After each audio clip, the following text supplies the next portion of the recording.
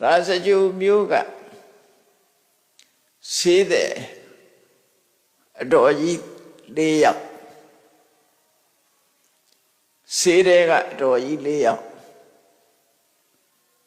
လူဘဝမှာစီးပွားဥစ္စာရှာကြတယ်သူတို့မသုံးရမဆွဲရခုတ်ချစ်ပြီးတော့စီးပွားရှာကြတာစီးပွားရှာဖို့ပဲသူတို့ကြိုးစားတယ်တခြားလူရေးတိုင်းရေးဘာမှစိတ်ကူးမရှိဘူးသူတို့စီးပွားရှာဖို့ပဲကြိုးစားဘဝဆိုတာထာဝရနေရတဲ့နေရာမဟုတ်ဘူးလေအချိန်တန်တော့အချိန်တန်နဲ့ဆိုတာကိုယ့်အချိန်နဲ့ကိုယ်ပဲဒီနေ့ကျတော့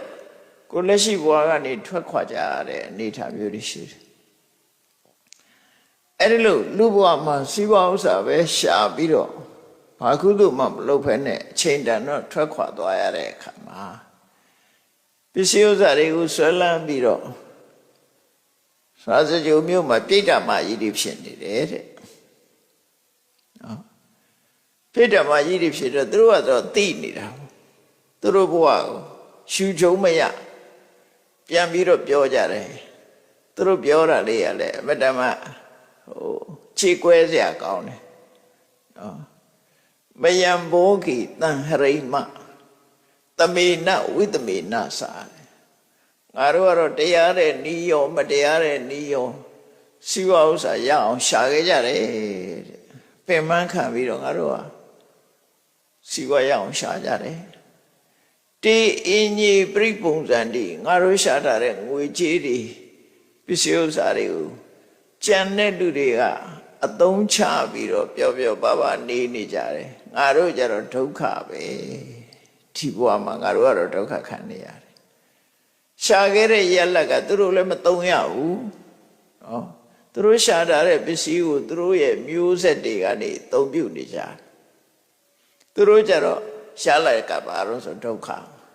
ပြိတ္တာဘဝရောက်သွားတဲ့ဒုက္ခပဲရတယ်တောကဖြစ်တာအဲ့လိုဖြစ်တာနော်ရှားနေတော့သိမစင်စားမိဘူးပေါ့အာကျုံမတဲ့ရှားကြပြုကြမသိခြင်းနဲ့ယုတ်တည်းဆုံးသွားတဲ့အခါကျတော့မကောင်းတဲ့ဘဝရောက်သွားရှောင်းသွားတော့ပြန်ကြည့်တယ်ငါတို့တော့ရှားလိုက်ရတာအနိဗ္ဗာန်အညာခုငါတို့ရှားထားသမျှသူတို့သုံးနေကြတယ်တေအင်းကြီးပြိပုံစံတည်တယ်ခြားလူတွေသုံးပြုနေမယံဒုက္ခတဘာကိနေတယ်ငါတို့ရလိုက်တာတော့ဒုက္ခပဲဘလောက်ချီကွဲစရာကောင်းလဲစဉ်းစားကြည့်နော်လောကလူတွေကအဲ့တိုင်မှာပဲအများစုကအဲ့လိုဖြစ်တယ်ကိုရှာတာကိုသုံးမသွားလို့ရှိရင်ကိုရလိုက်တာဒုက္ခသာဖြစ်တယ်ကိုအဲ့ဒါတွေကစဉ်းစားရမှာလို့သူတို့ပြောတာအဲ့ဒါတွေမစဉ်းစားဘူးဆိုလို့ရှိရင်အဖြေမထုတ်နိုင်မှာမဟုတ်ဘူး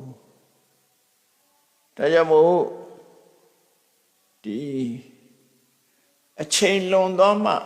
ဆုံးရှုံးသွားမှတောကဖြစ်မဲ့အစားအချိန်ရှိတဲ့ခိုင်လေးမှာကြိုးစားအထောက်တင်နေတဲ့အမြတ်ရအောင်ကြိုးစားအထောက်ရမယ်သူဆိုလို့တယ်နော်မလုံးမိတဲ့အမှားတွေကလောကမှာလုံးမိတဲ့အမှားတွေရှိသလိုမလုံးမိတဲ့အမှားတွေလည်းရှိတယ်ခေါင်းပြိတ္တမကြီးတွေကမလုံးမိတဲ့အမှားလှူရမယ်တန်ရမယ်ဆိုတာမလုံးမိဘူးမလုံးမိတဲ့အမှားအဲ့ဒီအမှားကိုခံနေကြရတယ်လို့ဆိုလို့တယ်အဲ့ဒါဘာကြောင့်လို့ဆိုအဝိဇ္ဇာနိဟုတော်ပေါ်တော်တယ်အမှန်မသိခြင်းကကိုယ်ကိုလာပြီးတော့ပိတ်ဆို့ထားတယ်အဝိဇ္ဇာဆိုတဲ့မောဟကပိတ်ဆို့ထားသည့်အတွက်ကြောင့်အမှန်မသိတော့ဘူးသူဘယ်ဟာလှုပ်တဲ့နဲ့ဘယ်ဟာမလှုပ်တဲ့ဘူးဆိုတာမမြင်ဘူးမျက်စိပိတ်ခံထားတယ်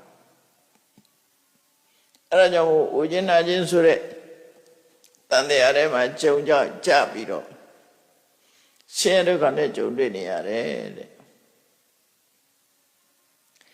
ဒါကြောင့်မို့တတိပေးလိုက်တဲ့အခါတော့ဘာလို့ဆိုရင်သန္တနာတော်ရှိနေတဲ့အခိုက်လူ့ဘဝရလာတဲ့ပုဂ္ဂိုလ်တွေဟာ မြတ်စွာဘုရားကဘာလုပ်လို့